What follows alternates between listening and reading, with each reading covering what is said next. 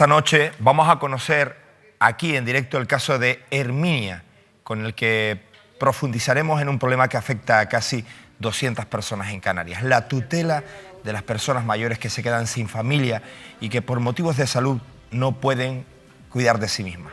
Herminia vive totalmente aislada y sola en los campos de Santa María de Guía, en Gran Canaria. Viuda, sin hijos y con una demencia senil, esta mujer de 90 años recibe únicamente la visita puntual de sus sobrinas, quienes solicitaron al Gobierno de Canarias que asumiera su tutela.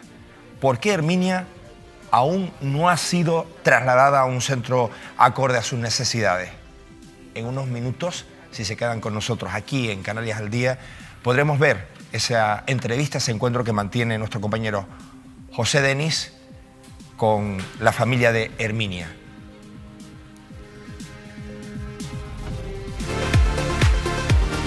Patrocinan este programa Grupo Número 1, Caja 7, Clínica Muiños, Sidecan, Loro Parque, Egatesa, Centro de Salud y Estética Antonio García, Faicanes, McDonald's, Océano Combustibles, Montesano, Bazares Chinatown, Vida Color, Ordenadores Ocasión Canarias, Tu Trébol, Afelsa, Obra Social La Caixa y Proyecta Empleo.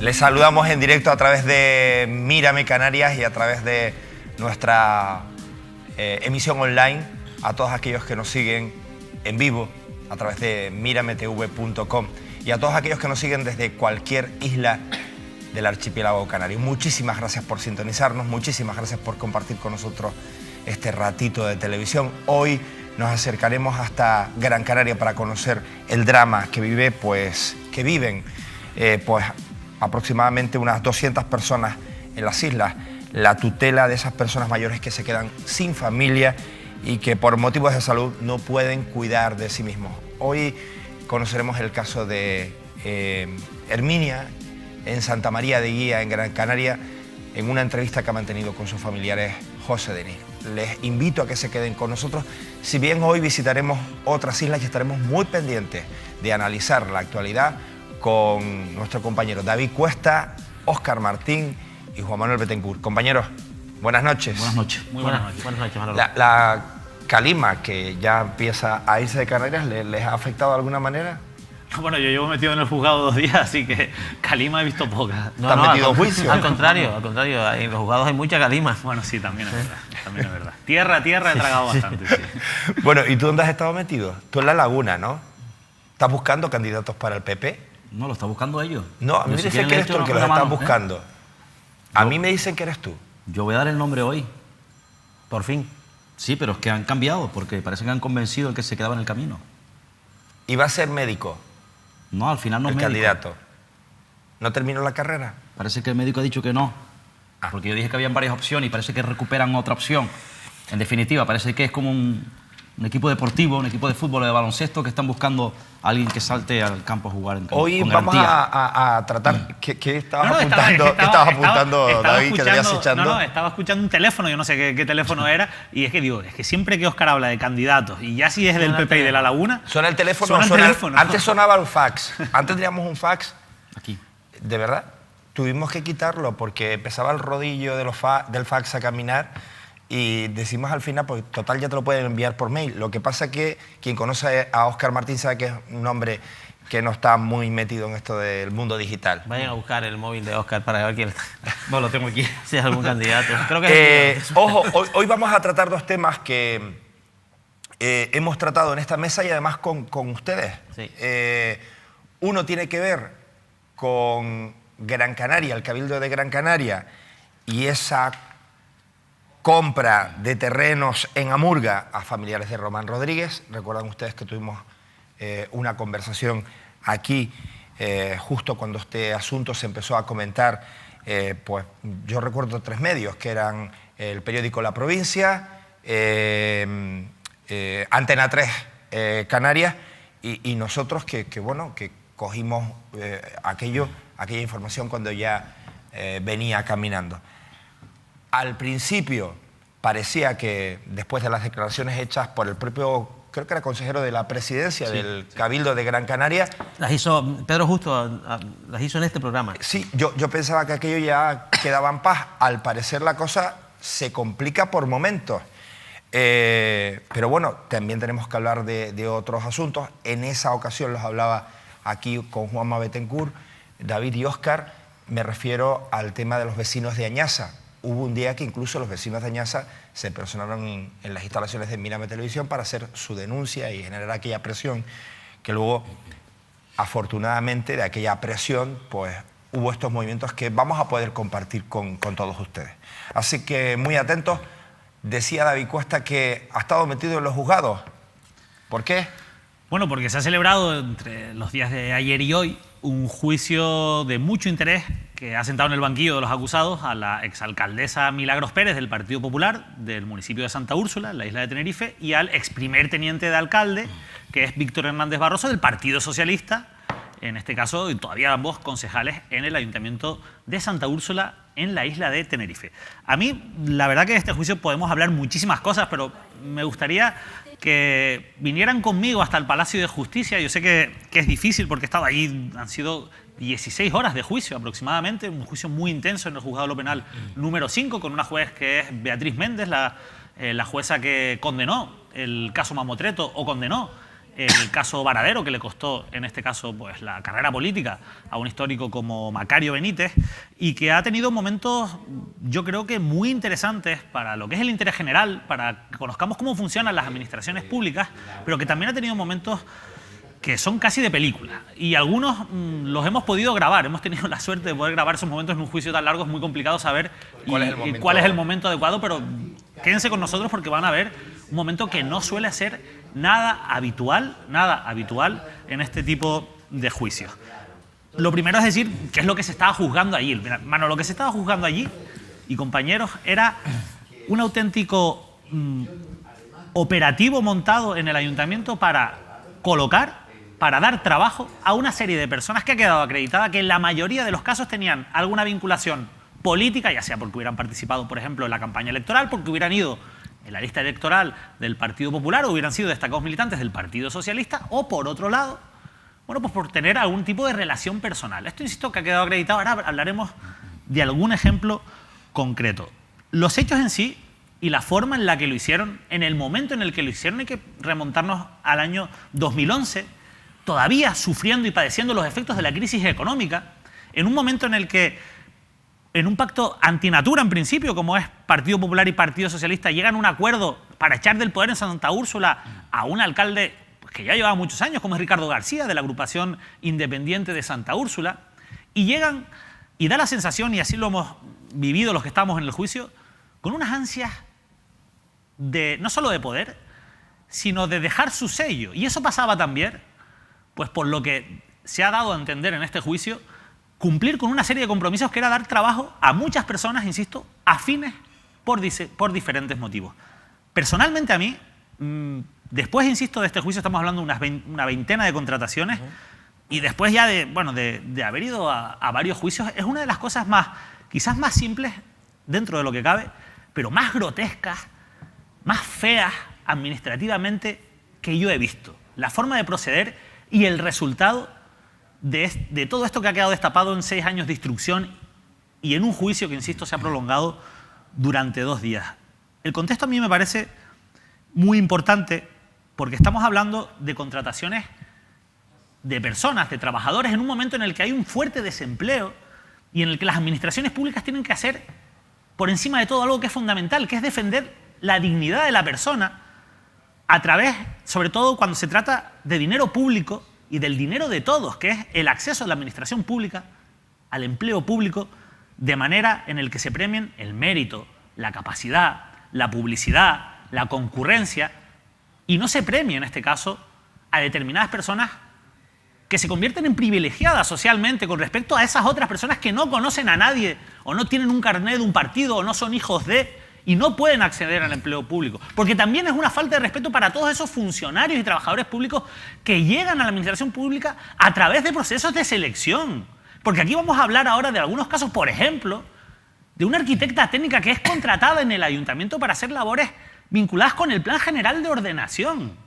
Algo tan importante como un técnico en un área tan importante como el área de urbanismo, ante un documento que, si no es el documento más importante, bueno, yo creo que sin duda lo es, de un ayuntamiento junto con los presupuestos. Y entró de la manera que vamos a ver. Pero es que esta persona se arrepintió en el juicio y contó cosas que son tremendas y que, insisto, vamos a ver en unos minutos aquí en Mírame Televisión. Estas contrataciones se hacían de la siguiente manera. Se hacían a través de algo que no era muy habitual en aquel momento, que eran las prestaciones de servicios. Es decir, esos contratos de servicios para servicios puntuales y por necesidades puntuales que pueden hacer las administraciones públicas, se convirtieron en una manera de entrada para trabajar con personas que, como se ha visto en este juicio, cobraban mensualmente la misma cantidad, como si fueran básicamente unos falsos autónomos contratados por la administración pública a través de estos contratos de prestaciones de servicios. Pero es que después de esos contratos, cuando se llegaba al año que permite la ley o a los 18.000 euros, para mantener a estas personas se sacaban negociados sin publicidad, que son esos contratos en los que la administración tiene que llamar a 3 empresas y después se presentan sobres cerrados con sus ofertas y se elige la oferta, normalmente la oferta económica más ventajosa. Hoy vamos a ver aquí cómo se simulaban, por lo menos en un caso que ha quedado atestiguado, que se simulaba ese procedimiento para beneficiar a estas personas. Pero es que además había otras que ya hacían el pleno al 15 y después de pasar por estos 2 pasos, subían otro escalón más y acababan dando cursos en la Universidad Popular de los que seguían cobrando de dinero público. Y todo esto pasó, e insisto, y lo hemos visto, lo que hemos seguido este juicio en Santa Úrsula. Claro, y ahora ustedes dirán, bueno, pero ahí con esa presentación es que prácticamente que estás condenando a estas personas. No, el problema es que hay cosas que administrativamente pueden ser grotescas, que pueden quedar probadas, pero que después puede que no sean delito. Porque al final, para probar un delito, tiene que pasar por muchísimas cuestiones que se tienen que probar. Tiene que haber una conducta de acción o de omisión que además tenga pues, un criterio subjetivo, un dolo, que está dentro de la tipicidad del delito. Y además que la conducta no sea antijurídica, que sea culpable, que sea punible. O sea, todo eso es un paso muy grande, que es lo que tienen que probar en este caso las acusaciones. ¿Quiénes? Pues la Fiscalía. La Fiscalía, que pide en este caso 10 años de inhabilitación para empleo y cargo público para cada una de estas 2 personas acusadas, y para la acusación popular, que también pide, personada en este caso, otros 10 años, porque consideran que está probado que se ha cometido un delito continuado de prevaricación. Para las defensas, en este caso, pues todo lo contrario, consideran que estos hechos, algunos que han rebatido, otros que no han podido rebatir, como este caso que vamos a ver a continuación, consideran que estos hechos no son constitutivos de delito. Y consideran que tienen que absolverse a estas 2 personas. Claro, aquí entra una parte muy importante, que es la de los técnicos. Y los técnicos, ¿qué decían? Es la otra pata de toda esta historia. ¿Qué decía la secretaria? ¿Qué decía el interventor? ¿Qué decía el letrado municipal?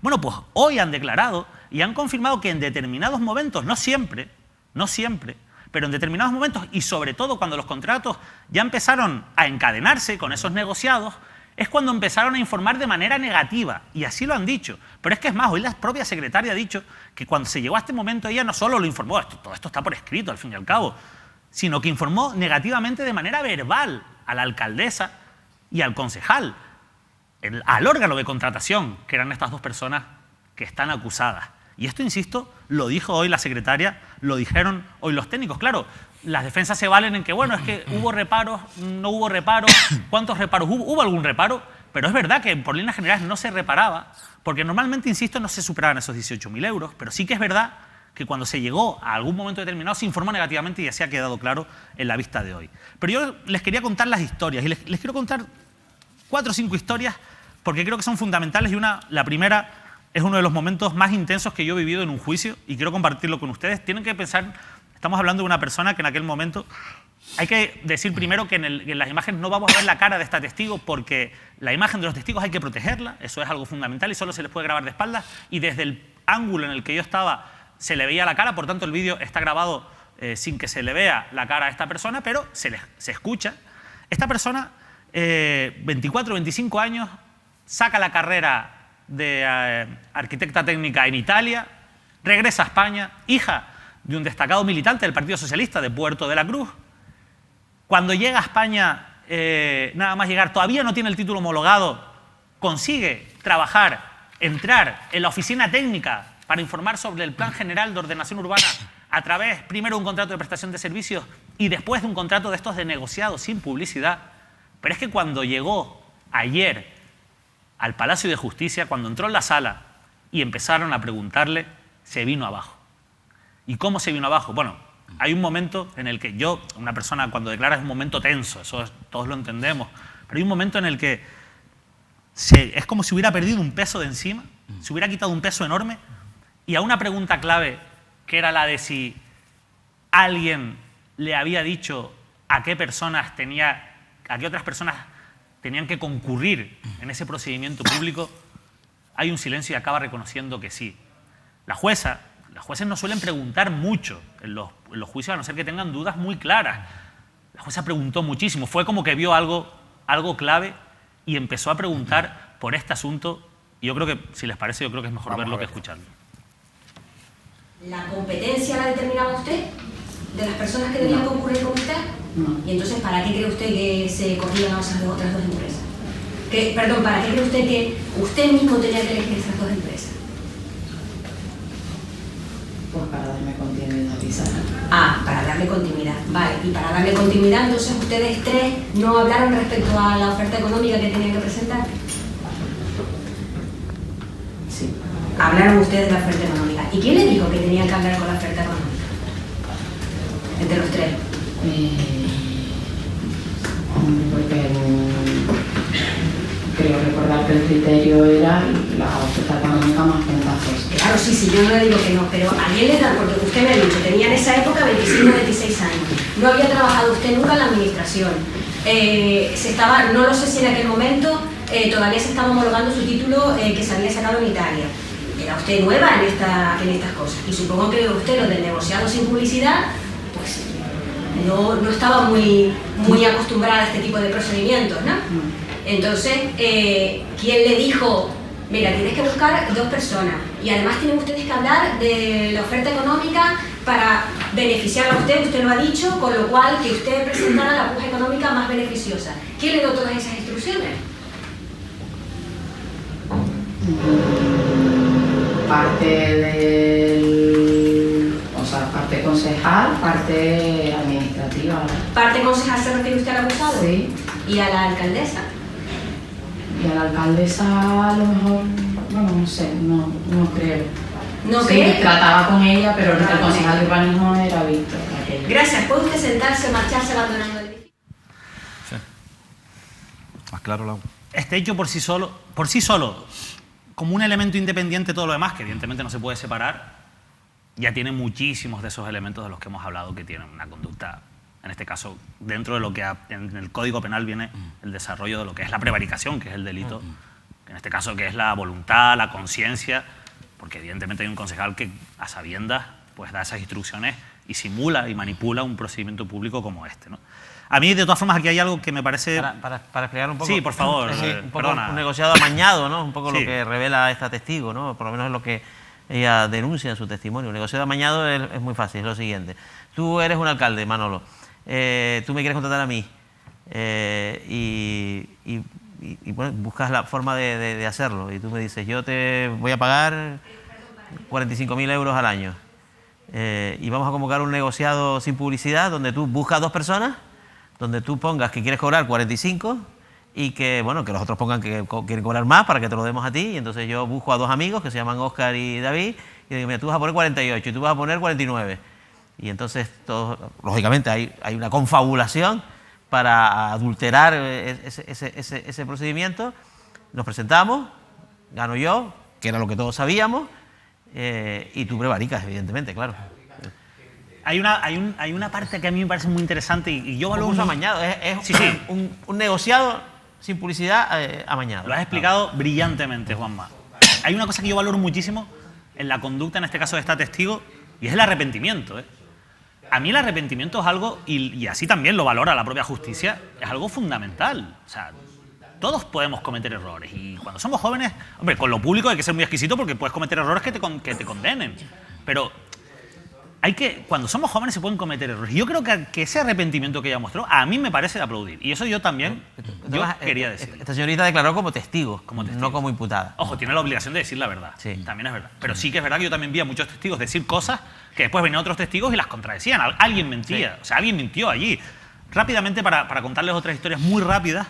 Por ejemplo, la directora de ADECO, esa empresa de trabajo temporal, a través de la que también, porque el ayuntamiento llega un momento en que cuando les pillan decide, oye, pues vamos a intentar hacer esto a través de una empresa de trabajo temporal, ¿no? ADECO, en este caso.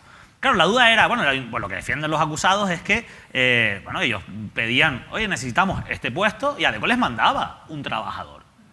¿Qué pasa? Que declaró la directora de ADECO y la directora de ADECO dijo, no, esto funcionaba de la siguiente manera. Ellos nos decían y nos mandaban los currículos y nos decían a quiénes teníamos que enviarles.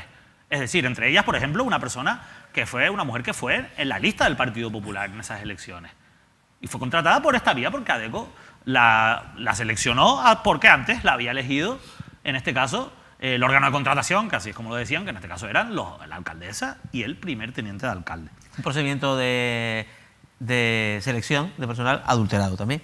Después había una cosa súper curiosa, esto ya es más debatible o no, pero que llama muchísimo la atención, y es el de una psicóloga que se contrata, también dentro de todas estas contrataciones que estamos hablando. Sí, contrato de servicio porque se considera que los ayuntamientos, por lo general de Santa Úrsula, no tienen un psicólogo funcionario de carrera, y entonces si necesitan un trabajo de psicología... Sí que los tenían, todo es más grave. Claro, y es más grave porque en este caso, y en el de otra persona, otro hijo de un destacado militante también del Partido Socialista del Puerto de la Cruz, pero en este caso se contrata a una psicóloga para cubrir la baja de otra psicóloga cuando en el ayuntamiento había aprobado una bolsa de trabajo de psicólogos. Y claro, aquí está la duda de decir, oye, vamos a ver, si tú tienes una bolsa de trabajo de psicólogos, que es un procedimiento de selección, al que han concurrido personas, al que esta persona no concurrió, que se celebró hace tan solo unos meses, oye, ¿por qué no coges a un psicólogo de esta lista? De hecho, podrían recurrir. Los miembros de esa bolsa de psicólogos podrían recurrir. Por supuesto que podrían recurrir a esta contratación. Evidentemente, todas estas cuestiones han sido muy, muy destacadas por la acusación popular, pero también por el fiscal. Este hijo también, que fue contratado como pedagogo y que, hijo de otro destacado militante del Partido Socialista, y que como anécdota, para que ustedes lo vean, llegó a presentar un proyecto valorado en 700.000 euros en 2 folios, expuesto en 2 folios, cuando todo el presupuesto del área social del ayuntamiento era de 500.000 euros, ¿no? Con anécdotas como esta que decías a veces un poco de... ¿Realmente esta gente sirvió para algo su contratación o no? Yo tengo dudas de algunos de otros. Probablemente hayan hecho su trabajo para el que cobraron, pero la forma en la que cobraron pues llama mucho la atención. Y terminamos con 2 casos que son llamativos. El de un periodista que fue contratado y que resulta que no era periodista, no tenía ningún tipo de título, fue contratado para llevar la comunicación del área de la mujer, pero al final se ha quedado acreditado que hacía labores de prensa. Bueno, es que ha quedado acreditado en el juicio. Y es que si nos preguntan a cualquier periodista que haya cubierto información de este ayuntamiento, sabe que ese periodista ejercía esas labores de jefe de prensa porque era el contacto que nos daban para hablar con la alcaldesa. Lo fuerte es que esta persona, además de ser contratada por esta manera, siguió facturando después, una vez que salió del ayuntamiento, a través de una empresa que tenía también a su nombre. Y por último, el del matrimonio, yo los he denominado el matrimonio que no hablaba de trabajo, porque este caso es el de un matrimonio en el que los dos participaron en la campaña del Partido Popular, también ha quedado acreditado, son contratados por esta vía, en este caso el marido, cuando se cumple ese plazo ya legal, se contrata a la mujer, pero por otra cuestión, para otra función, otro servicio completamente distinto, pero siguen cobrando la misma cuantías muy parecidas que las que cobraba su marido. Es decir, como no se le podía dar continuidad al marido, se le dio continuidad. Y lo curioso es que cuando se les preguntaba por esto, decían que ellos que de trabajo no hablaban en casa, ¿no? Y no sabían, cuando a él le preguntaban qué hacía su mujer en el ayuntamiento, no sabía, y cuando ella le preguntaban qué hacía su marido en el ayuntamiento, pues no sabía en concreto qué es lo que había hecho, ¿no? Cosas que llamaban mucho la atención. Pero de todas formas, me gustaría terminar esta exposición como suelen terminar. Después, si quieren, podemos debatir o podemos pasar a otro tema, pero me gustaría terminar, por un lado, viendo y escuchando a los acusados, porque hay algo que tiene la justicia, y es que siempre la última palabra en los juicios la tienen los acusados. Yo he grabado ese momento y creo que después de esta exposición que yo he hecho, que al final es es fruto del trabajo que hemos desarrollado aquí en esta casa contando esto durante 6 años y de todo lo que hemos visto en este juicio. Creo que lo justo es acabar con lo que ellos han dicho. En el caso de Milagros, el vídeo está cortado para que no pasara de los 2 minutos, que era para subirlo en Twitter, pero en el caso de Víctor Estantero, de lo que falta de Milagros, lo más importante es que ella ha dicho que esto ha sido una vendetta política y también que ha habido pues o ha sufrido un juicio paralelo por cómo se ha tratado Vamos esta a escuchar información. primero a Milagros, si te parece. Me parece muy bien. Quería decir que nunca he actuado bajo el marco del no conocimiento de la legalidad por el asesoramiento jurídico que la secretaria como secretaria pública nos daba en todo caso. Siempre, todas nuestras actuaciones, hablo en mi caso, siempre fueron regidas por el asesoramiento de las 3 personas que hoy han estado aquí como testigos, secretaria, interventor y el abogado del ayuntamiento, Atanasio Ramírez, que como bien decía el abogado de mi compañero, leía además su informe y su declaración en primera instrucción diciendo las vías a las cuales se podían recurrir, y que me sorprende un montón que el abogado de la acusación en particular diga que conozca yo términos jurídicos. Mire, no he estudiado Derecho, señoría, he estudiado Económicas, pero de tantas veces que me he sentado con la secretaria, el interventor, y en este caso el Atanasio Ramírez, que era el órgano el responsable de contratación, él lleva contratación en el ayuntamiento, ahora es interventor, de tantas veces ellos siempre nos explicaban qué debía seguir en cada caso. Nunca, bajo nuestro conocimiento, porque de ser así no lo hubiera hecho jamás, siempre se planteaba una necesidad. Y una cosa importante que se ha repetido mucho, hubieron muchísimas jubilaciones cuando entramos, de obras y servicios, de colegios, de cementerios, de fontaneros, de todo, sin personal y con oferta pública de empleo congelada. No se podían sacar plazas y ellos siempre nos asesoraron en sus informes, como bien señalaba el letrado de mi compañero, lo manifiestan ellos, que ante la oferta pública congelada hay una vía que es la ley de contrato del sector público. Y quiero decir, si me permite, señoría, una frase que me repetía la secretaria por activa y por pasiva. Siempre decía, Saro, le llamamos comúnmente, estamos en el ámbito de la legalidad. Me decía, Milagros, para que estos contratos administrativos siempre sean ilegales, tendrían que derogar la ley de contratos del sector público. El socio en aquel gobierno, en este caso del Partido Popular, era un miembro del Partido Socialista, el teniente de alcalde. Este es el momento en el que el teniente de alcalde hace su oposición. Nos referimos a Víctor Hernández. Lo que sí que he estado es muy solo. En el momento, o sea, siempre tenía, si yo estoy en este gobierno, es porque tenía 8 a un lado y 8 a otro. O sea, yo lo que hacía era simplemente darle la mayoría a unos a otros y en algún momento ya no fueron 8, sino fueron 14 o algo así. Bueno. Con esto lo que le quiero, viene a cuento porque lo que le quiero decir es que la única gente o las únicas personas de las que yo me podía fiar dentro del ayuntamiento eran los técnicos. Con esos técnicos compartí cada una de las cosas que hice, cada uno de los proyectos que emprendí, que fueron muchos, cada una de las contrataciones que se plantearon. Todo eso lo hice siempre consultándolo a cada uno de ellos. O sea, y yo además nunca, y cuando digo ellos son el abogado, el interventor y la secretaria. Yo nunca hice nada, absolutamente nada, sin que ellos me lo permitiesen. Y por otra parte, también me sirve que yo nunca ni me preocupé de mandar invitaciones absolutamente a nadie, ni nada de eso. O sea, yo, sí es verdad que hice alguna entrevista, y como hemos visto, pero vamos, o sea, yo, claro que entrevisté a mucha gente, pero simplemente eso. Todo el procedimiento y la manera de hacerlo lo hicieron ellos. Y por lo tanto, yo creo que soy inocente de lo que se me acusa. Gracias, listo para la sentencia. Juanma, te veía ahí cuando repetían lo del secretario y algún funcionario técnico. Por aclarar dos cosas, ¿no?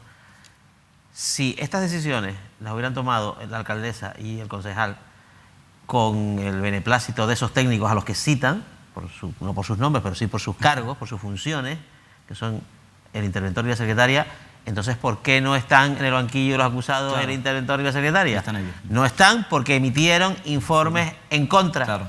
Y si tú, en cualquier cargo público, y yo lo he sido durante 5 años y medio, si tú firmas una resolución con un informe en contra, es que esa es la prevaricación por la que están ahí, ¿no? Técnico, en el plano, por ejemplo, del interventor o de un arquitecto o de un ingeniero municipal y jurídico, en el plano de los servicios jurídicos de la corporación que se trate, tienes un riesgo elevado de acabar en esta prevaricación. Yo quería preguntarles una cosa, porque hemos hablado de los acusados, de qué se les acusa, pero ¿quién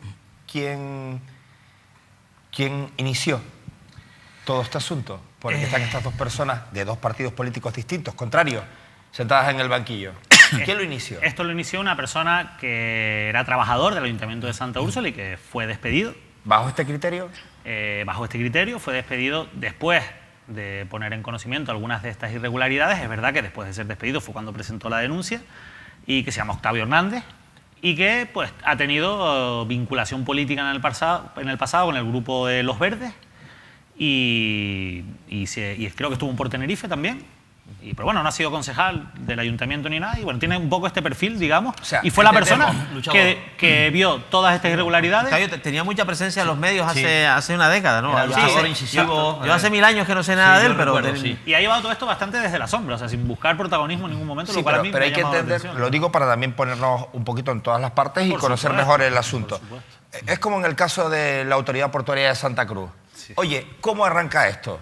Pues arranca por un enfrentamiento político y porque denuncia una parte que se sentía afectada, con conocimiento de causa de todo aquello que estaba pasando, que bueno, después dice que no tenía conocimiento de causa. Lo mismo pasa aquí, es decir, esto lo denuncia una persona que es contratada bajo este sistema. No es contratada bajo este sistema. No. Ya estaba en el ayuntamiento. Ya estaba en el ayuntamiento, sí, ya estaba en el ayuntamiento. Lo que pasa es que esta persona que trabajaba dentro del área Para empezar, Manolo, social... si tú estás en la función pública y eres conocedor de que se está cometiendo un delito, es que si...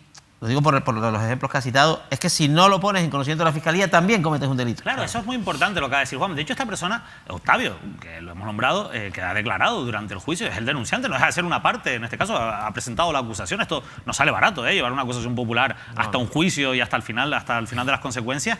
Es una persona que ya estaba contratada en el ayuntamiento, que, insisto, llevaba importantes responsabilidades dentro del área social, se encargaba de buscar el dinero para las subvenciones de los proyectos sociales que hacía el ayuntamiento. O sea, era un trabajador del ayuntamiento. Del ayuntamiento. Y sin embargo, fue despedido. Él era una persona que estuvo denunciando, en su momento denunció el despido y es verdad que perdió ese procedimiento, pero es una persona que también en aquel momento, y así lo han declarado algunos testigos, advirtió de que se estaban, antes de denunciar, advirtió que se están cometiendo estas irregularidades porque él las veía y es una persona que conoce cómo funciona la administración pública por su experiencia.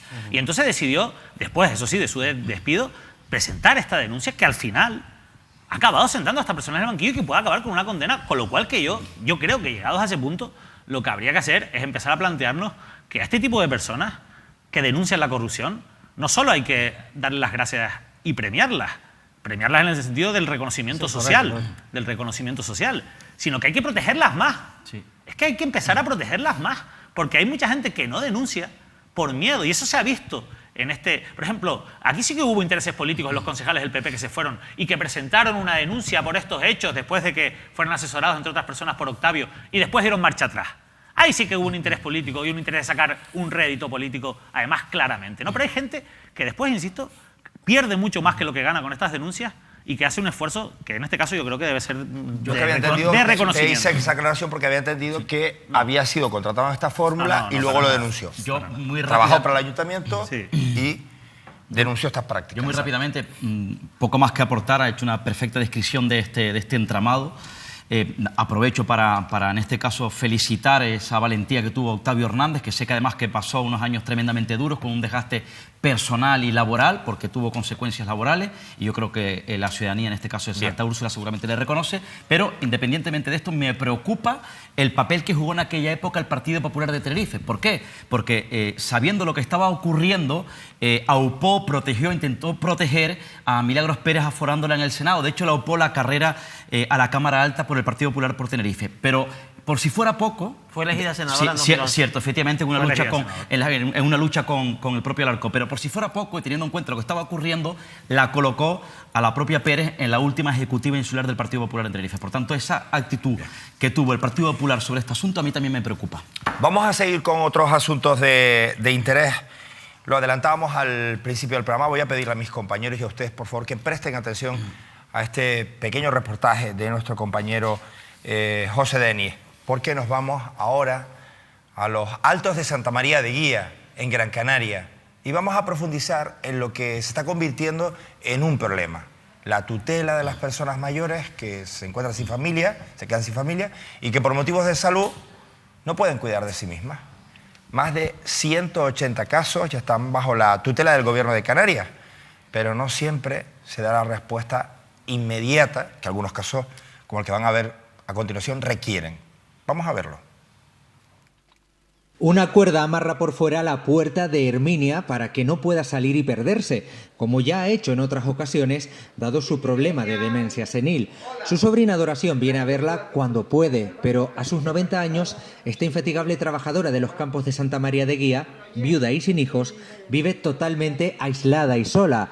Por ello, sus sobrinas solicitaron que el Gobierno de Canarias asumiera su tutela, ya efectiva, pero que no ha servido para que Herminia sea trasladada a un centro acorde a sus necesidades. Le hemos dado la tutela al Gobierno de Canarias pensando que rápidamente se iban a hacer cargo de ella. Llevamos 5 años intentando ingresarla en un centro y por diferentes cosas no la ingresa. Yo pienso que si alguien tiene puntos, los tiene ella todos. No tiene hijos, tiene 90 años, tiene demencia, vive sola en esta casa que se está cayendo. Si se cae el techo, si se quita un puntal de aquello, cae todo el techo al suelo, porque este techo está mantenido en el otro. Sabes que lo que puede pasar no se sabe. Lo siguiente es que tenemos a mi tía metida en esta cama como si fuera un animal. Como si fuera un collinito, sí, Titiminia, esa es la palabra, mi niña, esa es la palabra. Con la barandilla harta todo el día, una persona que tiene movilidad, que ella si no tuviera la barandilla va a comer algo, se toma algo y tiene la barandilla todo el día puesta para que no se baje de la cama. Y es que ya han encontrado a Herminia desnuda y deambulando en solares cercanos a su casa. Notas en la puerta le intentan recordar que ya no vive en el pasado, aunque a la vista de su presente probablemente lo preferiría. Un presente que pasa por esperar que la tutela efectiva del Gobierno autónomo le consiga plaza en un centro que le permita vivir sus últimos años con dignidad. Y si el Gobierno autónomo tiene la tutela y se la hemos dado, antes estábamos, yo venía mi prima, o le dábamos la comida, pero le dimos la tutela para que la pusieran, porque lleva un centro. Esta persona yo no puedo venir a quedarme con ella. Y ya tú lo ves, la soledad, como te habla, de lo solita que está, de los dolores que tiene en las partes. ¿Te duele? ¿Cómo estás por la noche, Titiminia? Solita. Solita, ¿verdad, mi niña? Y te has caído en el suelo. Sí, me caí, sí. Hasta no hay mucho, habrá 22 días que me caí. Se cayó ahí y estuvo desde un viernes hasta un sábado a las 2 de la tarde que vino la chica. No te puedo decir. Excrementos hasta en el pelo. La pobre patinando ahí para poderse poner de pie, ¿sabes? Quiero decir, es que no se puede decir la crueldad que hay con esta señora, no se puede explicar con palabras. Y pese a su demencia, a Herminia sí que le quedan aún palabras para decirnos qué necesita. Uy, yo quiero compañía, Dios mío. No estar sola. Porque me da más que sea una fatiga y no tengo que irme de un vaso de agua. Nada. Puestos en contacto con la Consejería de Políticas Sociales del Gobierno de Canarias, se nos asegura que próximamente Herminia saldrá de aquí rumbo a una residencia y que mientras tanto se buscan alternativas para incrementar la asistencia domiciliaria 4 horas por las tardes. Hasta que eso ocurra, seguirá pasando horas y días con desgarradores gritos cada vez que la dejan sola.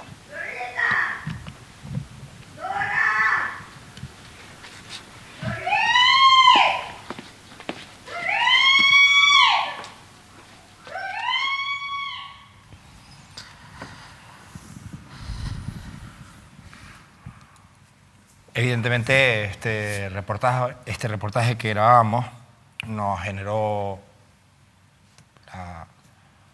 la preocupación que seguramente les habrá generado a ustedes en este momento.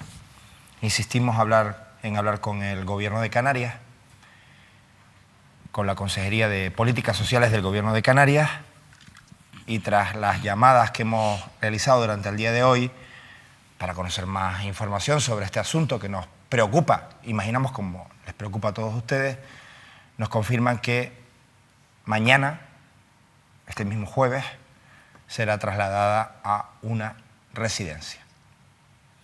Yo me pregunto si no llega a ser por la denuncia que hace esta familia y la preocupación que mostramos insistentemente por buscar una salida, si es lo que ha propiciado que la búsqueda de esa plaza se agilizara y al final pues no tengamos que oír más estos gritos y que al final esta persona esté en las condiciones de vida que una persona en estas circunstancias debiera de estar, en buenas condiciones, en compañía de profesionales, porque está sola y además prácticamente no tiene familia.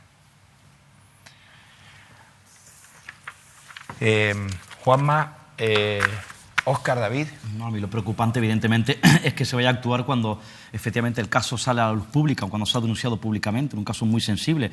Yo me pregunto dónde han estado, porque estamos hablando que lleva años en esa situación, dónde han estado los servicios sociales, en este caso del propio ayuntamiento, los servicios sociales del gobierno de Canarias, ¿no? Como decía en este caso la ayuda a domicilio, ¿no? En una situación límite, una persona mayor que se encuentra en esas circunstancias, me cuesta entender efectivamente que no se haya actuado con antelación para prevenir o llegar a una situación límite. Ahora bien, yo me planteo una vez más, porque no es el primer caso que hemos contado durante muchos años, en caso de que no trascienda públicamente, que no tenga esa trascendencia social, ¿qué hubiese ocurrido? ¿Hubiese actuado los servicios sociales de esta comunidad autónoma? No. Juanma. Me falta información. Me sorprenden dos cosas, ¿no? Un poco incidiendo en lo que ha dicho Óscar, ¿no? Aquí creo que hay dos ámbitos principalmente, ¿no? Que es el municipal respecto a la asistencia domiciliaria, ¿no? Que creo que algunos ayuntamientos, bastantes ayuntamientos canarios la tienen. Ignoro si el de Guía la tiene, ¿no? Porque luego, primero, los municipios canarios tienen buenos profesionales de servicios sociales, ¿no? Y creo que la situación objetiva de esta señora no es difícil de contemplar, ¿no? ¿Cuáles son sus necesidades reales, ¿no? Una persona de 90 años que no puede estar sola, porque si la dejan sola tiene que estar así, porque en esa situación casi inmovilizada, casi atada, ¿no? O bloqueada por esas tablas, ¿no? Porque si no, pues podría salir a la calle, poner en riesgo su propia vida, ¿no? Y luego tampoco es muy difícil observar que esa vivienda, bueno, tiene un forjado, las vigas del forjado están degradadas, por eso está apuntalada, y eso tampoco es objetivamente muy difícil de contemplar, ¿no? Y entonces me falta información sobre por qué el ámbito municipal no ha actuado. Y respecto al ámbito autonómico, vamos a ver, la comunidad autónoma tiene muy buenos profesionales de la evaluación del grado de dependencia que sufre cualquier ciudadano de las islas, ¿no? La pregunta que nos hacemos, y que creo que es legítimo hacerse, es ¿por qué la respuesta de esa administración, bien dotada respecto a la capacidad de sus técnicos, es tan lenta en un caso pues tan urgente, claro como este de doña Herminia? Me confirman mis compañeros de redacción que sí que tiene asistencia domiciliaria para el aseo personal. Eso es la contraprestación que le brinda el ayuntamiento. Porque al final esta persona, ya que más que la cuestión de la tutela incluso, ¿no? Me preocupa un poco que si esta persona necesita estar en un centro con una atención adecuada, incluso probablemente con compañía, dado que ella, bueno, tiene sus momentos de lucidez. Si me permites, pues la situación de las personas con demencia senil la conozco bien y es muy duro para los familiares. Creo que no es demasiado complicado encontrar un contexto digno para esta señora. Sí, a mí me superan este tipo de cosas, ¿no? Son imágenes, sonidos que no... Sí, claro. Me dañan, ¿no? Me dañan como persona y yo me quedo quizás con la parte de la duda que me genera, ¿no? Me falta información, como dice Juanma, para poder opinar del expediente y demás, pero sí que hay una cosa que es evidente, ¿no? Y es que aquí hay una situación que se denuncia por parte de esta persona y de su entorno y que de repente se encuentra una solución. Efecto respuesta rápido, sí. Hay una respuesta de la administración. Entonces, claro, la pregunta lógica es, bueno, si realmente esta persona, había una solución para esta persona y tenía derecho a esa solución, ¿por qué no se ha encontrado antes? ¿Qué ha fallado en el proceso? Porque yo sí que no quiero pensar que esto funciona así, ¿no? Que es que la gente tiene que denunciar, porque claro, es que a mí me llega un montón de gente que yo soy incapaz de atender como periodista y que a veces Víctor lo sabe, ¿no? Que intento pues, pasarle casos a los compañeros de cosas que me llegan. Pues más todo lo que les llegan a ellos, todavía es mucho más que están metidos en este tipo de historias Es imposible que los medios podamos atendernos. Porque si un expediente está en el fondo y se pone arriba porque sale en la tele, pues tampoco está bien. Claro, tampoco es el procedimiento adecuado. O sea, es a la conclusión a la que yo quiero llegar. Esto tampoco está bien. O sea, tampoco es que tengamos que ahora alegrarnos y hacer una fiesta. Oye, qué buenos somos como medio de comunicación que conseguimos esto. Por supuesto, genial que nos hagamos eco de este tipo de situaciones y que además sirvan para solucionar el problema. Pero esa no es la solución.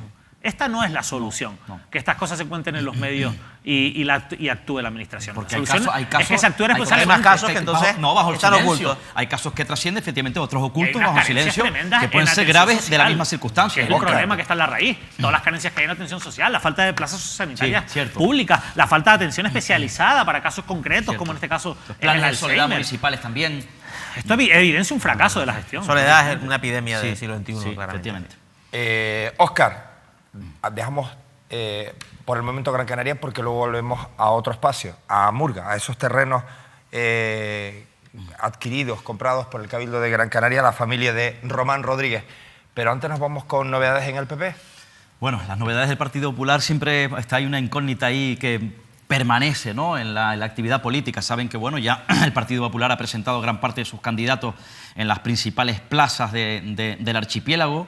Con respecto, por ejemplo, a la isla de Tenerife, ya ayer, si no me equivoco, presentaron en Santa Cruz de Tenerife a los candidatos, en este caso del norte de la isla, también del sur. Y bueno, la capital de Santa Cruz de Tenerife, la capital de Gran Canaria, Las Palmas, también tiene sus candidatos. Y claro, y la incógnita es qué ocurre en el municipio de La Laguna, en la ciudad de Aguere. Por el PP en Las Palmas, ¿quién en Las Palmas es la que era... María Salud Gil. Efectivamente, María la Salud presidenta de los empresarios, sí. Vale. Y en el caso de los empresarios de la construcción de la provincia de Las Palmas. Que ya estuvo en el Partido Popular, tuvo un cargo... Fue consejera del Cabildo, sí. En el caso de Santa Cruz de Tenerife... Guillermo Díaz Guerra. Bien. Sí. En el caso de La Laguna... De La Laguna, bueno, pues saben que Antonio Arco parece que no va a ser. Él es el que lidera el comité local del Partido Popular en La Laguna. En Santa Cruz, por cierto, no hay comité. Y han salido varios nombres. Yo conté en su momento ya que uno de los que estaba sobrevolando las mesas, los despachos de la presidencia del Partido Popular de Tenerife era Manolo Gómez. Manolo Gómez es un destacado del mundo del baloncesto, era hasta hace bien poco presidente de la Federación Canaria de Baloncesto y vicepresidente de la Española. Vicepresidente de la Española, un hombre mano derecha del que vemos en pantalla. Ahí vemos a Manolo Gómez y de hecho había incluso hasta renunciado de la Nacional, ha vuelto, por cierto, a la vicepresidencia. Es un dato además, Juanma, que ahí, tú que conoces, no sé si han modificado los estatutos para que vuelva como vicepresidente, es un dato que a mí me tiene todavía estaba medio vacante, inquieto. No había sido cubierta su plaza. Y Manolo Gómez es el señor Alto, acompañado del presidente de la Federación Española, que es Jorge Garbajosa, que fue jugador internacional, campeón del mundo en 2006. Bueno, un deportista muy destacado. Y su mano derecha, que ha sido Manolo Gómez, que renunció en principio porque se iba a presentar. Al final ha decidido no presentarse, como está diciendo Óscar, y ha vuelto a la Federación. Efectivamente, ha vuelto a la Federación, dejó la regional, ha sido el artífice del Mundial de Baloncesto, por cierto. A lo que vamos. Yo dije que bueno, que lo habían tratado de convencer por activa y por pasiva. Y dijo que no. Y dijo que no. Había una cierta presión en torno a esa figura para que sea el candidato a La Laguna. Entonces yo conté la última vez que se mantenía esa opción, es decir, que había dicho que no, pero que seguían convenciéndole. Y aparecían varios nombres. Uno de ellos dije que bueno, un médico lagunero conocido de este municipio en el mundo de la medicina y que no era Antonio El Arco. Parece que ese médico ha dicho que no, hay otra opción, pero es que durante las últimas semanas han acelerado y han convencido de nuevo a Manolo Gómez. De luego, la presión que debe estar teniendo antes de iniciarse en la vida pública, política, a Manolo Gómez debe ser tremenda. Yo no sé si le va a gustar estar mucho tiempo si se inicia la vida política en este ámbito. Y bueno, al final incluso me cuentan que ha habido hasta alguna llamada de algún pope del Partido Popular a nivel nacional, de lo fuerte. Incluso Pablo se habla hasta de que Pablo Casado ha podido llamar al pobre al bueno. Digo al pobre porque la presión que está teniendo, ¿no? El bueno de Manolo Gómez lo han convencido. Tengo mucho cariño, coincidí en muchas canchas de baloncesto con él. ¿Tú qué crees? ¿Que va a decir que sí o que va a decir que no? Y de hecho fue un gran contertulio mío durante muchos años. Era un buen entrenador, me ganaba siempre. Bien, entonces lo están convenciendo y lo que va a decir que no. Y lo que yo he podido saber es que está prácticamente ya casi cerrado efectivamente el fichaje, yo voy a decirlo ya como fichaje, ¿no? Porque entonces, ¿qué hace con la federación? Si se había ido. Claro, porque ahora vuelve, claro, eso es una incógnita. Hay muchos que están jugando aquí y saliendo del banquillo y quieren ser titulares y vuelven al banquillo. Claro, a mí lo que me sorprende, lo que me inquieta, por eso te decía Juanma, que ya se ha comprometido, es decir, está de vicepresidente de la Federación Nacional de Baloncesto. Pero, ¿Y a ti te aseguran que...? Sí, a mí me aseguran que ya lo tienen prácticamente cerrado y convencido, y que incluso podría presentarse ya la próxima semana como candidato del Partido Popular a la alcaldía de La Laguna. No vaya a ser que en estos próximos días al final se rompa la negociación. Esto como los equipos de fútbol, en este caso de baloncesto. Y otras personas que que también se habían postulado y cuyo nombre había circulado, dos que yo conozca claramente de la esfera del Partido Popular, en particular del casco, como era Iván Riverol, Iván González Riverol, primer momento, sí. y Jacob Afonso, que es el hijo de Esteban Afonso, otro legendario y muy querido, por cierto, dirigente del baloncesto en la isla, además de presidente del Orfeo La Paz. Cierto. Y ahora había un médico. Pendiente falta un tema de Partido Socialista. Recuerden recuerde que en su momento también hablé de una batallita que hay en el PSOE tinerfeño para liderar la lista al Parlamento por Tenerife. La regional la lidera Ángel Víctor Torres. Yo decía que la batallita estaba que el que en principio podría ir de número 1 por Tenerife era Gustavo Matos, y que la batallita estaba entre Nira Fierro y Patricia Hernández, dos sectores contrariados. Puedo contar que en esa batallita Ángel Víctor Torres quiere que Nira Fierro, que es una de sus mujeres fuertes en la dirección por Tenerife, forma parte de la dirección del partido, es concejal de Tacoronte y asesora ha venido siendo asesora de Aurelio Obrero en el Cabildo, quiere que el número 1 por Tenerife sea Nira Fierro. Y que por tanto, sí, el 1. Es lo que quiere. Que Gustavo, muy joven. Sí, cierto. No llega a 30 años, creo. Muy joven. Quiere que Gustavo Matos sea el número 2 y Patricia relegarla al número 3. Es lo que quiere. A mí me cuentan que la idea que tiene estratégicamente Ángel Víctor Torres es que sabe que por Tenerife, el Partido Socialista en Tenerife siempre ha sacado mayor número de votos, mayor fuerza, y que por tanto es lo que teme. Yo espero que esto que me cuenten, o lo que tiene en el cerebro Ángel Víctor Torres, de que al final el mayor número de votos sea en Tenerife y la fuerza se le dé a algunos de los protagonistas por Tenerife, y él de cara al futuro pierde fuerza y se vea un nuevo adversario, espero que no sea por eso. Lo que sí me cuentan que si es así, habrá batallita, entre otras cosas, porque relegan al número 3 a Patricia Hernández. Y ojo, Patricia Hernández tiene el apoyo en este caso de Tenerife, y esta mujer, Nira Fierras, tiene el apoyo de la dirección regional y no de Tenerife, esa vecina guerra. Me llama la atención una cuestión que es el hecho de que Nira Fierros es de Tacoronte, Gustavo Matos es de La Laguna y Patricia Hernández obviamente es de Santa Cruz, ¿no? Y falta como un representante del otro gran bastión electoral del Partido Socialista de Tenerife, que es el sur. Sí. Bueno, ahí está Patricia Hernández. En principio. Bueno, Patricia tiene el apoyo de los alcaldes del sur, pero eso no quiere decir que Patricia Hernández sea del sur. Me imagino que será Bojona. Juanma, nos vamos. Ya por último.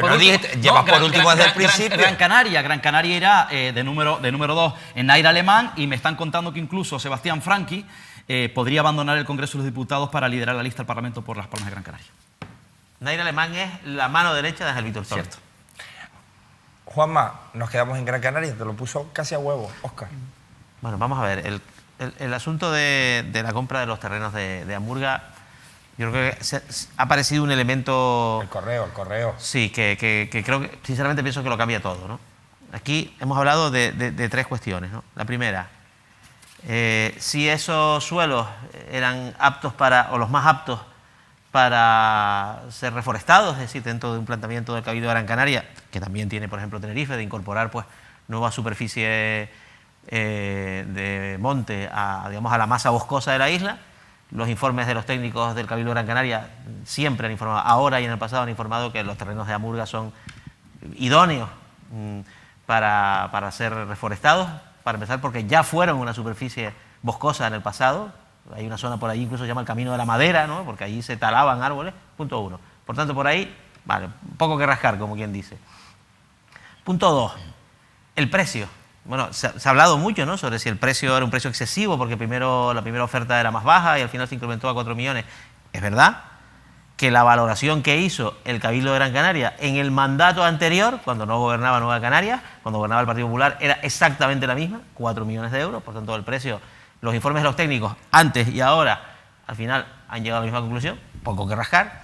En tercer lugar, la judicialización de este asunto. Hombre, ¿este asunto no está en los tribunales? Bueno, sí. Pero no es que los tribunales lo hayan reclamado, no es que la Fiscalía haya intervenido, es que un consejero de Unidos por Gran Canaria lo ha denunciado y los tribunales han reclamado el expediente para verlo. Y ese es el nivel de judicialización que a día de hoy tiene el caso, digamos, de Amurga, ¿no? O sea, es una judicialización a instancia de parte. ¿De qué parte? De un consejero de la oposición en el Cabildo. Pero hay un cuarto elemento que sí resulta muy llamativo, que es el hecho de que en 2017 un funcionario del Cabildo le escribe un correo a un director de área del Cabildo informándole de que por instrucciones de un director insular del Cabildo de Nueva Canarias le da una serie de pautas para iniciar un expediente para la adquisición de los terrenos de Amurga. Y dice, ¿en compra directa o por concurso? Claro, no se puede convocar un concurso abierto para comprar suelo para reforestar cuando ya sabes previamente que el suelo elegido para reforestar va a ser uno en concreto. Porque entonces al final estás convocando un concurso viciado, un concurso de cuyo resultado ya eres conocedor. Y ese correo que emite, insisto, no es ningún político, un funcionario del Cabildo, creo que le confiere una dimensión nueva a este asunto. Es como si, vamos a hablar ahora del edificio de Antonio Plasencia, si dice que se parece, o sea, ha informado que se va a convocar un concurso para decidir qué inmueble, es como si se hubiera, si al final apareciera un documento, que no, que hasta ahora por lo menos yo no tengo conciencia de que exista, de que no, pero es que vamos a comprar este, pues todos diríamos, hombre, pues este es un concurso cuyo es un partido que no se ha jugado, pero ya sabemos el resultado. Claro, ese correo electrónico está diciendo, vamos a convocar un concurso para comprar un suelo y vamos a comprar este suelo. Hombre, eso no es un concurso. Porque eso es jugar a la lotería con un número que ya sabemos que es el que va a salir.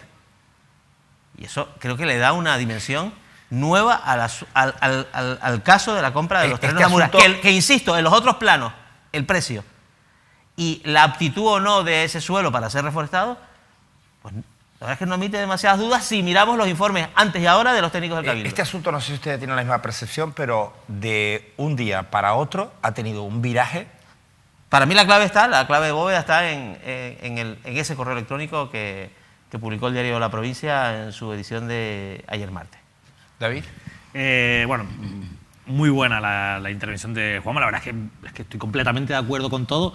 No con lo de la operación Plasencia, en el sentido de que a mí me sigue pareciendo mucho más grave, incluso que con la independencia de este correo el hecho, porque en el caso de la operación Plasencia, el Cabildo llegó a plantear, sin un expediente que demostrase esa idoneidad, por supuesto. la compra directa, que al final es lo que venía a plantear también este correo, porque al fin y al cabo, que yo, insisto, me parece un elemento, como dice Juanma, clave, fundamental en este asunto y que lo cambia todo. Es que estoy completamente de acuerdo con esa expresión, porque yo también tenía mis dudas al principio, lo comentamos también en esta mesa, yo creo que dudas razonables, incluso me pareció una intervención razonable la del consejero, me parecía que esto ya iba más a un criterio ya no solo tan subjetivo, sino que incluso me faltaban elementos para poder ser más crítico con este asunto. Lo de los suelos, completamente de acuerdo, son los más idóneos. Sí, sí. En eso es que no se puede discutir. El precio, yo creo que es un precio que después de escuchar las explicaciones y de todo la lo que consejera de Medio Ambiente de la legislatura pasada ha dicho, no, el precio es el mismo. Pero hay un elemento que lo cambia todo, como dice Juanma, que es el correo. Porque eso demuestra una intención claro, desde un partido político al que pertenece, a cuyo líder se va a ver beneficiado indirectamente porque parte de esos terrenos son propiedad de su mujer y muchos de ellos parte de su familia, de sus cuñados. David, te doy un detalle que tiene cierta clave y me vas a permitir la expresión de cierta hijaputez en el sentido de lo cabrona que puede hacer esa denuncia. El consejero que ha llevado este tema a los tribunales es un consejero que es letrado y que es un tipo que se las maneja muy bien. O sea, que ha encontrado chicha para liar la parda en los juzgados. Y a mí me parece bien que se judicialice, porque me parece que hay dudas razonables. Con muy cañero con Nueva Canarias, porque es hijo de Guillermo Reyes, que es el líder de Ciudadanos por el Cambio en Telde, ¿no? Y hay, digamos, una enemistad política acreditada. Pero da igual, da igual. O sea, el correo, el elemento, digamos, que transforma el decorado de este asunto de Amurga es ese correo electrónico. Es que yo creo que al final ese correo lo que demuestra, insisto, muy bien que se judicialice, porque con las dudas razonables que hay, ¿qué mejor que un juzgado quien decida que hay delito? No, ojo, que otra cosa es que incluso no habiendo delito, esto realmente a mí me parece que merece una responsabilidad política. Por supuesto. Porque este tipo de comunicaciones y este hecho de decir que directamente vamos a comprar estos terrenos por encima de otros, que es lo que viene a decir, lo que demuestra es que lo que se ha hecho es un traje a medida. un peso en el cabildo yo que la ha avalado. Yo quería preguntarles, estamos viendo la figura de Román, estamos viendo otra figura que son claves en la política canaria, como es el presidente del Cabildo de Gran Canaria. Sí.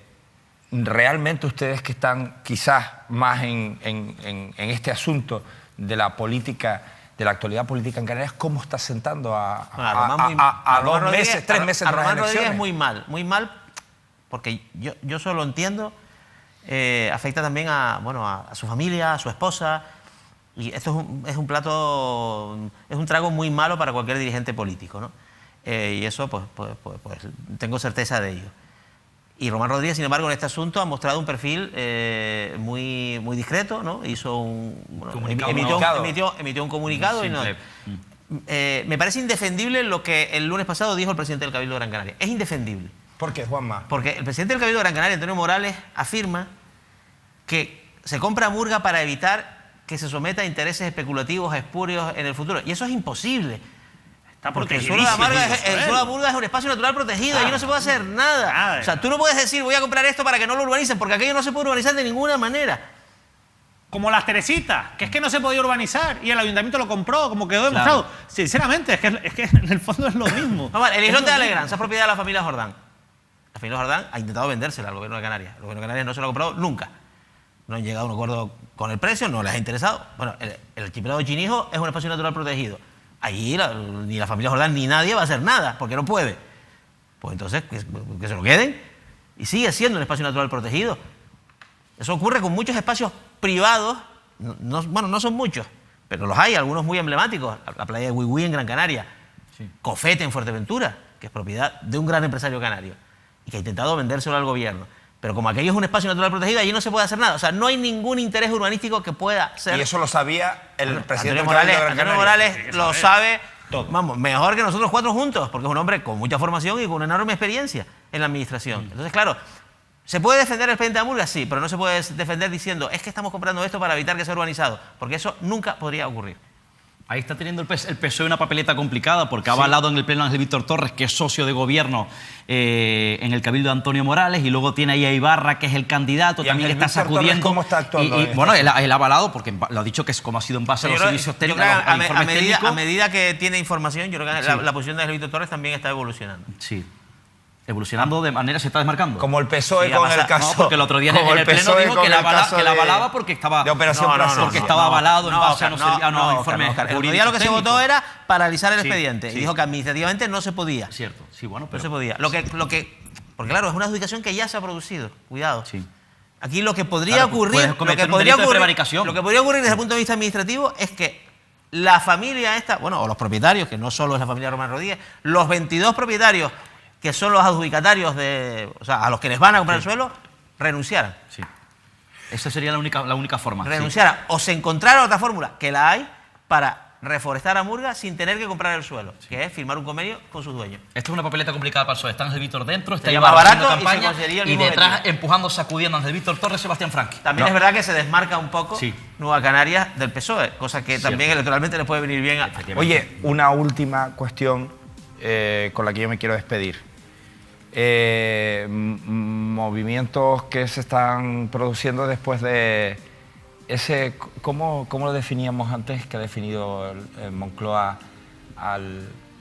no al observador? El relator. El movimiento que se está produciendo en este momento en el Partido Socialista también, que están ahora hasta los propios... Con libro incluido. Con libro incluido. ¿Quién tiene un problema con el relator? No, yo no lo veo tampoco. Yo tampoco. Hombre, yo al principio pensaba que una palabra en inglés y digo, ¿por qué me está la sumada? A muchos dirigentes regionales del PSOE, yo creo que por motivos electorales les ha entrado miedo, pero esto es una opinión puramente personal. Si España, su gobierno, sus fuerzas políticas, democráticas, tienen tan claros los argumentos por los cuales la posición que defienden es la legítima, la acertada y la mejor para Cataluña, ¿tienen algún problema de que haya alguien en la mesa escuchando? Pues si yo estoy en una discusión contigo y sé que tengo razón, yo quiero que Óscar esté. todo lo que sea transparencia, ¿no? Esa es mi opinión, esa es mi opinión. Quizás eso es lo Esa es mi opinión. quizás eso es lo que ha hecho que el Partido Socialista... ¿Que esto tiene muy mala venta?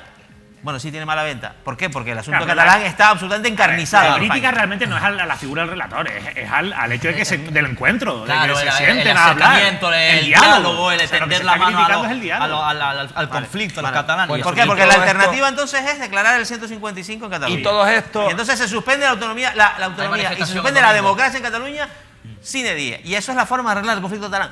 Ah, pues muy bien. Bueno, pues miren... Y hay argumentos para aplicar el 155, porque aquí parece que un artículo constitucional se aplica a la ligera, ¿no? ¿Realmente hay argumentos a día de hoy? A día de hoy. Señores, Ciudadanos, Vox y PP están de todas organizando maneras, de manera conjunta una La manifestación. semana que viene Manolo, los tres. podemos hablar de si esa manifestación conjunta de Partido Popular, Ciudadanos y Vox el domingo Los que van a pactar en la Plaza de Colón, que es donde está la bandera de España más grande que yo he visto nunca, fue un éxito, ¿no? Ya lo veremos. Ya, ahí pactarán ya.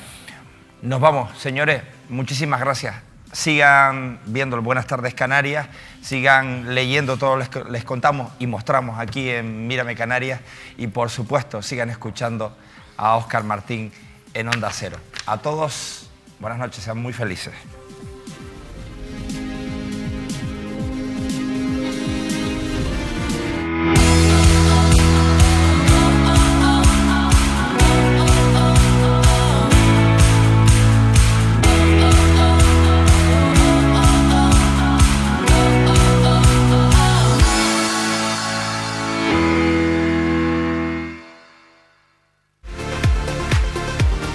Patrocinan este programa Grupo Número 1, Caja 7, Clínica Muiños, Sidecan, Loro Parque, Egatesa, Centro de Salud y Estética Antonio García, Faicanes, McDonald's, Océano Combustibles, Montesano, Bazares Chinatown, Vida Color, Ordenadores Ocasión Canarias, Tu Trébol, Afelsa, Obra Social La Caixa y Proyecta Empleo.